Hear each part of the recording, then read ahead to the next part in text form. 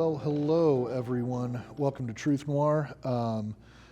We're talking today about a topic that there seems to be a lot of confusion over and misunderstanding, and that's the concept of universal health care or single-payer health care, however you want to call it.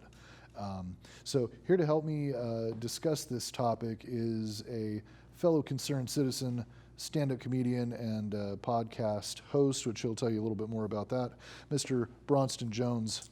Hey. Thank you, sir, for coming on. Thanks for having me. It's going to be fun. Yeah, man. Well, so why don't you tell everyone out there in Truth Noir yourself? My name is Bronston Jones, stand-up comedian. I host a podcast called I Am What I Am, sort of the way Popeye the Sailor Man would say it, I am what I am. And that's about it. Every Wednesday night, if I'm in Los Angeles, you can catch me at Venice Underground Comedy at the Venice Townhouse. Come see me do stand-up. Come yell at me. Come heckle me in person. It's more fun that way. I've always found that to be the case. Mm-hmm. So yeah, man, we became friends on Facebook, and we started, or rather, you post some political things every once in a while, and then I like heckling the people who disagree with you, because we generally it's stuff that we've agreed on, like this universal health care thing. Mm-hmm. And I just don't understand like people coming out with, and I know this is stuff they've heard on like Fox News or just parroting back, saying like, well, I know Canadians who have to stand in lines for days and wait, for a long time to get their health care. And this last one we did, I tagged some friends that were from Canada. Oh yeah. and was like, is this true in like your professional Canadian opinion? Mm-hmm. And they were like, no, this is absolute garbage. We love our healthcare system. We're afraid to come to America because of the differences. And so it's just been astonishing, these misunderstandings and outright lies that people are being told. Well, I think the thing is, because everybody has an anecdotal story about anything. There's right. Gonna be somebody who got bad health care somewhere in the system. The question is, in America, did that person even get health care? Could they even go in and get treated because they didn't have any money to pay for it, or they were going broke? Or if you bring up the statistic, which is, if you put together, let's say, a couple of the largest nations that have universal health care, like Japan, the UK, Australia, Germany, France, and you say how many people in all of those countries went bankrupt because of medical bills? Yeah, Zero added up, all sum. How many people in the U.S., it's somewhere between 400 and 600,000 every year, have to declare some form of bankruptcy because a medical incident incited a whole chain reaction of disaster in their life? Sure, yeah, and it's even become a thing where, and this touched my life personally only recently, but I've heard stories from other people in other places, and I can't imagine that there's not a bunch of other people in the U.S. that have gone through this, where you have a friend or a family member that has to start some kind of crowdfunding thing, like a Kickstarter or a GoFundMe, to help them pay for some operation that they need, or cancer treatment, or something that otherwise would cost like hundreds of thousands of dollars, and I don't hear about that happening anywhere else in the world either. Well, it's funny that something like a Kickstarter that's supposed to be about, hey man, I got this great new invention, or I'm doing this art project, or this film has turned into people begging for money to actually get treated for a treatable healthcare problem. Yeah, this is the majority of those now on all of these crowdfunding platforms are medical. People trying to pay for their insulin. Mm-hmm. Well, it's like, because I go to the UK quite a bit for 7 of the last 8 summers I've been going over there to do the Edinburgh Fringe Festival. So it's a month-long festival. So cool. I have an enormous number of friends from all over the UK, but also all over the world, because it's an international festival. Sure. And the UK has the NHS, the National Health Service, which is their universal healthcare. And they say their favorite thing to do is complain about it, but they would not want to get rid of it, because it functions, it works for them. It takes care of the elderly, it takes care of the infirmed, and it allows people who are healthy to go in and get checked up. And our biggest thing is that now somebody has no insurance, they go to the emergency room, and they use the emergency room for treatments, as opposed to, if you could actually see a doctor and you could catch something early, you can deal with it. Yeah, and prevent it before it turns into something awful. And I will say, I had this experience. I was in Edinburgh 2 summers ago. rolled my, because they have cobblestone streets. Pave your streets, okay? Pave the streets. And they have cobblestone streets, and I twisted my ankle in such a way that I felt it completely dislocate, and I thought, wow, I think I broke my ankle. Like the pain was so severe, I thought I was gonna pass out. A friend of mine put me into an Uber, got me to the emergency room, and I went in, and I was like, this is gonna be a disaster, this is gonna be the worst thing ever. And so I hobble up to the reception desk, the intake, and they were like any other reception desk anywhere else where it was two Scottish ladies talking to each other, and then were annoyed that somebody had some kind of an issue they had to speak about. I don't care where you go in the world, people at the front desk are like, oh, what do you want? Right. And so I check in with them, they hear my accent, and they're like, where are you from? And I said, the United States. And they said, well, do you have your insurance paperwork or any of that stuff? And I go, no, it's all in it's in my flat. I don't have my passport. I don't have any ID on me. Yeah. And they're like, okay, what's your name? And they wrote down my name. And they said, what's your problem? And I go, I think I broke my ankle. And they're like, go sit down. And, you go to any emergency room anywhere, and you assume because I'm literally watching people come in bloody and going, okay, I'm triaged way behind them. Right. Maybe 20 minutes later, 30 minutes later, and, sort of the intake nurse brings me in. She asked me a bunch of questions, like what were you in here for? I'm like, my ankle. And they do, the safety check that they do at every other hospital, where they're like, is there anything else you need to tell us, now that you're alone in a room? Because, you never really know. And I'm like, no, just the ankle. You can notice it's very swollen. She's like, yes, very swollen. Quite. Go back to the waiting room. So I go out there, and then maybe 15 minutes later, I'm dragged, hobbled. I'm like, give me a wheelchair, give me some crutches, right? But I have to limp all the way to an x-ray room, take x-rays, go back to my seat and wait. And then maybe 10, 15 minutes later, the ER doctor brings me into her office, and we look at the x-rays on the computer. And she goes, it's not a break, it's just a really bad sprain. And I'm like, okay, should I put an ACE bandage on it? She goes, yeah, you should ice it, because there was a slight accent change. And she goes, no, but you're wearing boots, just make sure you lace, because I had Doc Martens on. She's like, just lace them super tight. That's even better than ACE bandage. Just strengthen the ankle and stay off it for a couple days. Yeah. Which is impossible there at that festival. So I said, okay, great. Who do I check out with? And she goes, no, we're done. You can leave. And I go, okay, who do I pay? She goes, you don't pay anything. And so I was in and out of the emergency room with a non-triage incident in less than an hour and a half. Not only did I not pay, I never touched a piece of paper. I did not fill out all those forms that you fill out when you go to a doctor's office. No forms, no insurance, nothing. And so I was blown away that here I am, a U.S. citizen. I'm not paying into their fund. And they did this, and what everybody said is that they've realized that it's easier and cheaper to get people who don't really need treatment in and out of the ER than it is to give them a bill, because it will cost them more money chasing their money. So they're like, as long as you didn't have any real services, but they were like, if you'd actually broken your leg or done something, then you might have seen a bill from the UK NHS to my insurance company, or to me personally, since my insurance doesn't cover me over there. Yeah. And but they said the max it would be if I were to be taken into the hospital. Like, imagine I had a compound fracture and had to be like hospitalized. Sure. $800 a day is the most an American citizen would have paid to be in there. And I'm like, $800 a day? And they're like, $800 wouldn't even get me my x-rays in the US. Exactly, and yeah. What do x-rays cost? Nothing. They're digital. There's no physical x-ray, there's no physical processing and everything there used to be. Right, yeah. Like, the machine's paid for, they x-rayed me, they got me out. Well, yeah, and here, it costs like tens of thousands of dollars to just birth a child. Yeah.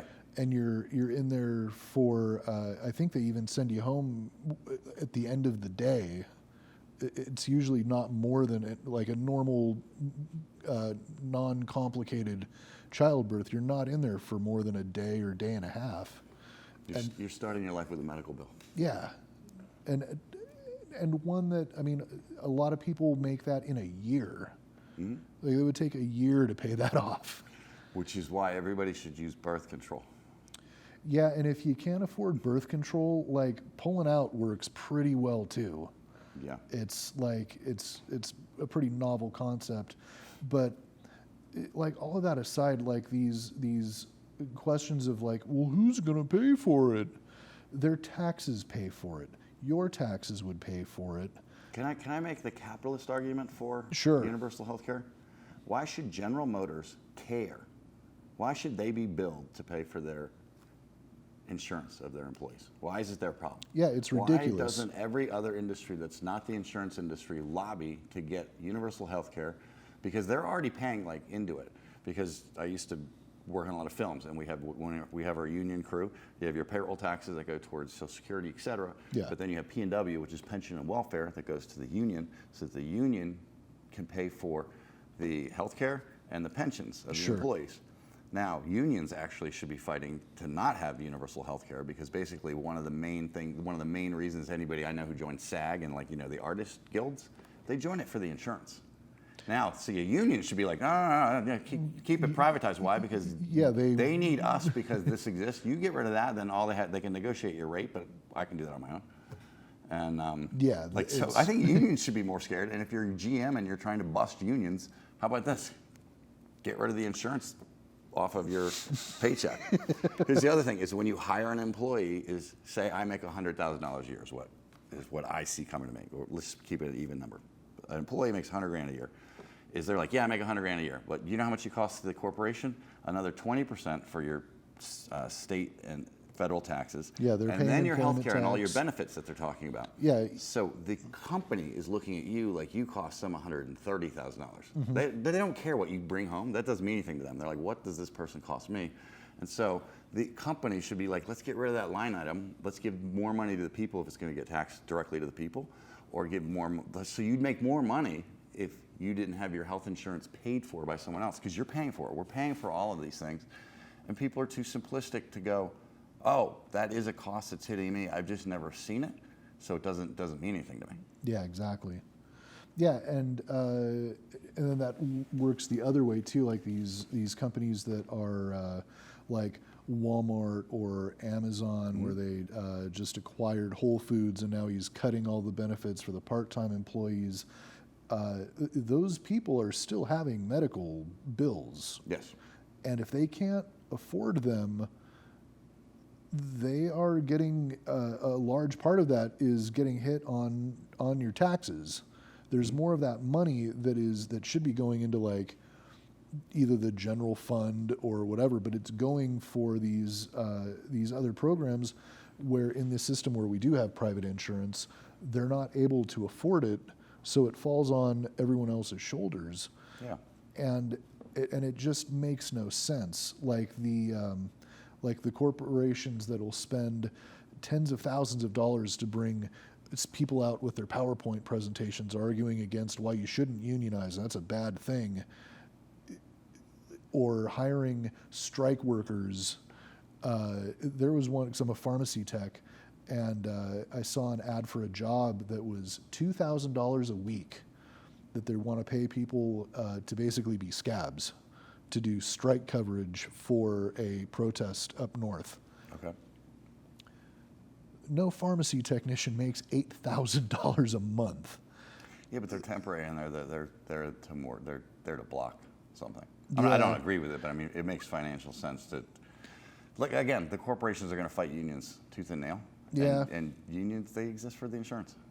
Get rid of insurance and Yeah. capitalists. Get rid of health. Put health insurance. Make that the government's problem, and watch the unions collapse. These things are not real difficult.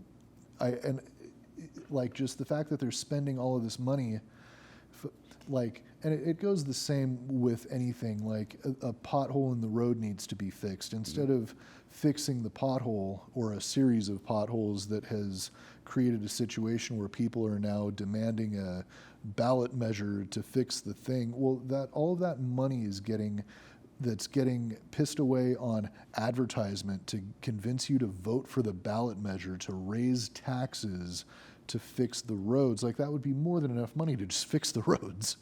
Yeah. They're paying out all of this money for primetime advertisement 2-3 times during an episode of a show all day.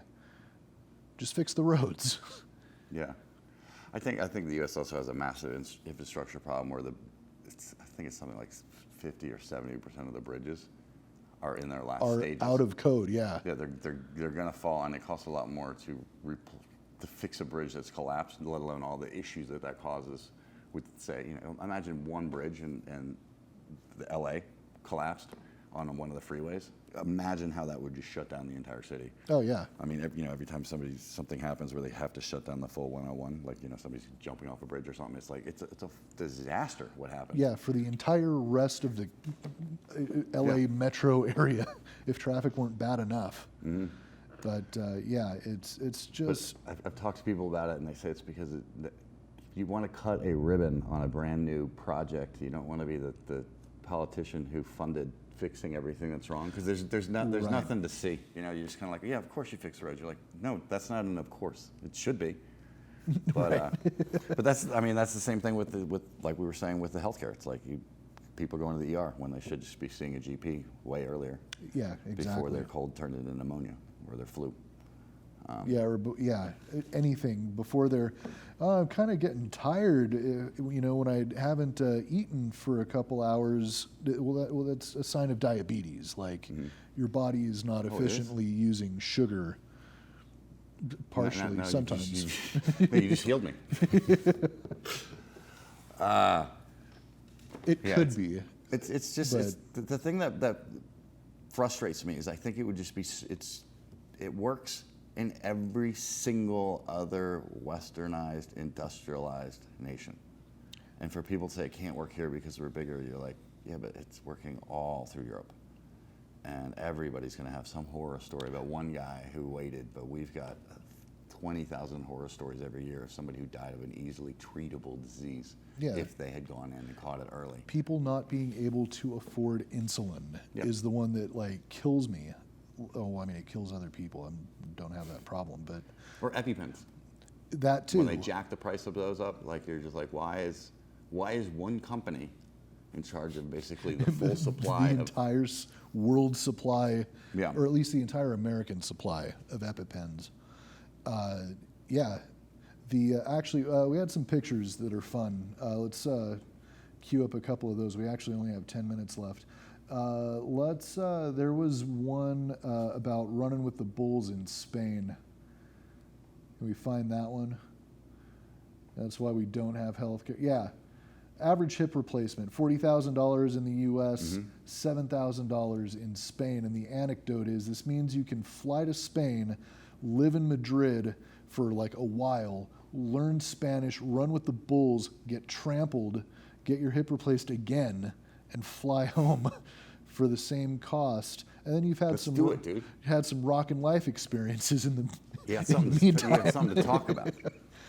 And so that's the thing. And it becomes a debt slavery where you can't travel, you have to work all that overtime to pay for your insurance, because that's equivalent of $2 or $3 an hour of your paycheck. And then you don't get to travel to other places and see how much better their systems are than ours.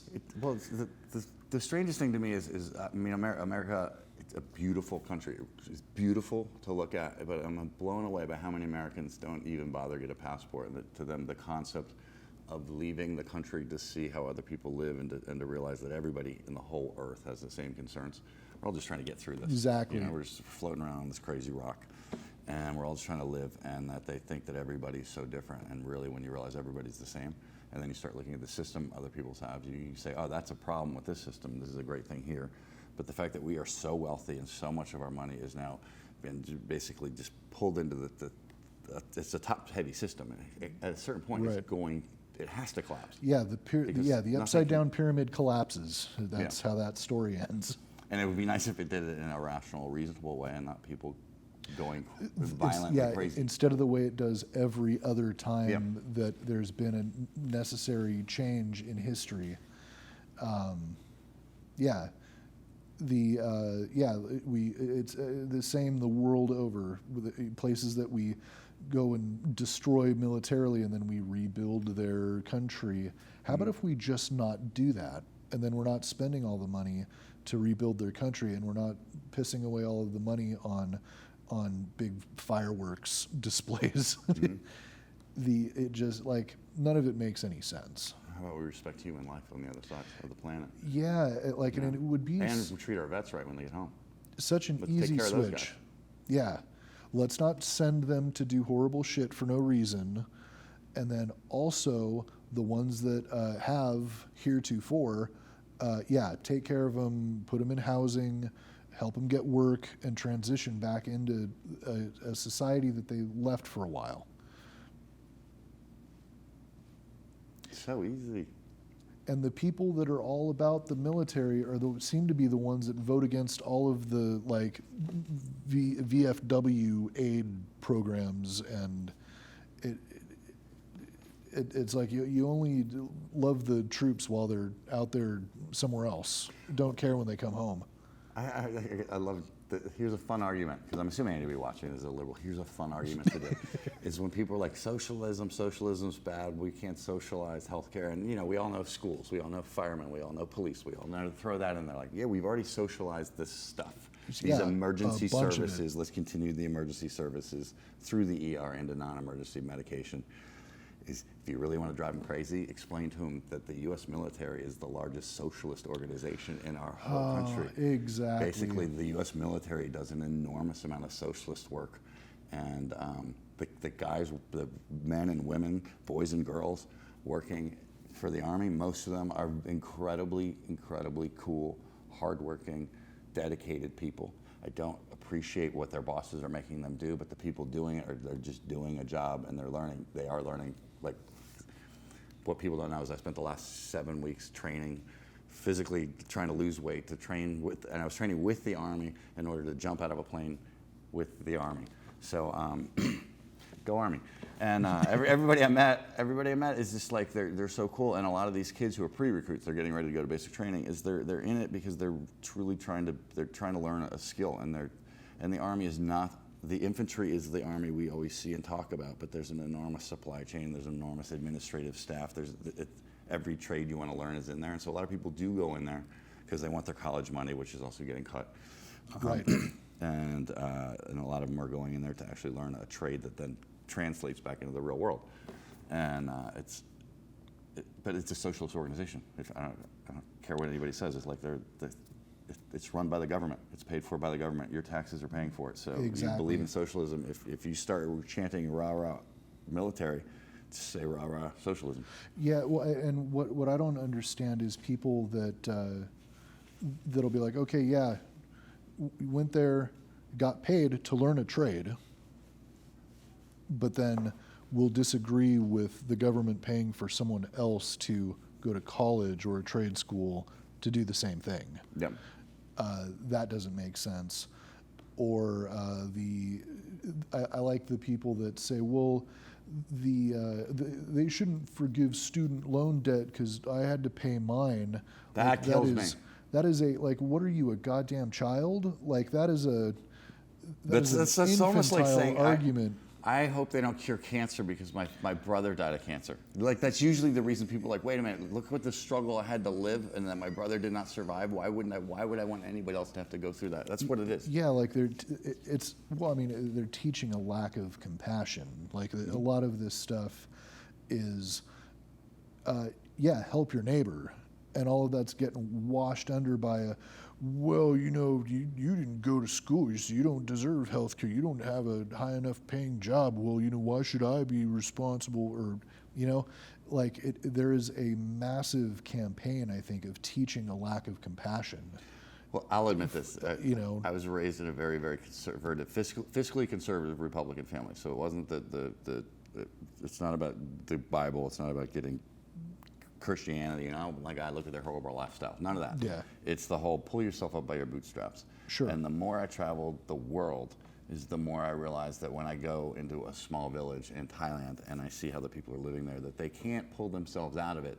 And then you start going, okay, well, somebody who's in an American, slum or even forget that, put them in farm country or coal country that's dying, right? Somebody who's growing up there, they can't just go to college. They can't just get out of it. It's like it's not easy to move around. All of so these why are we things- not educating all these people?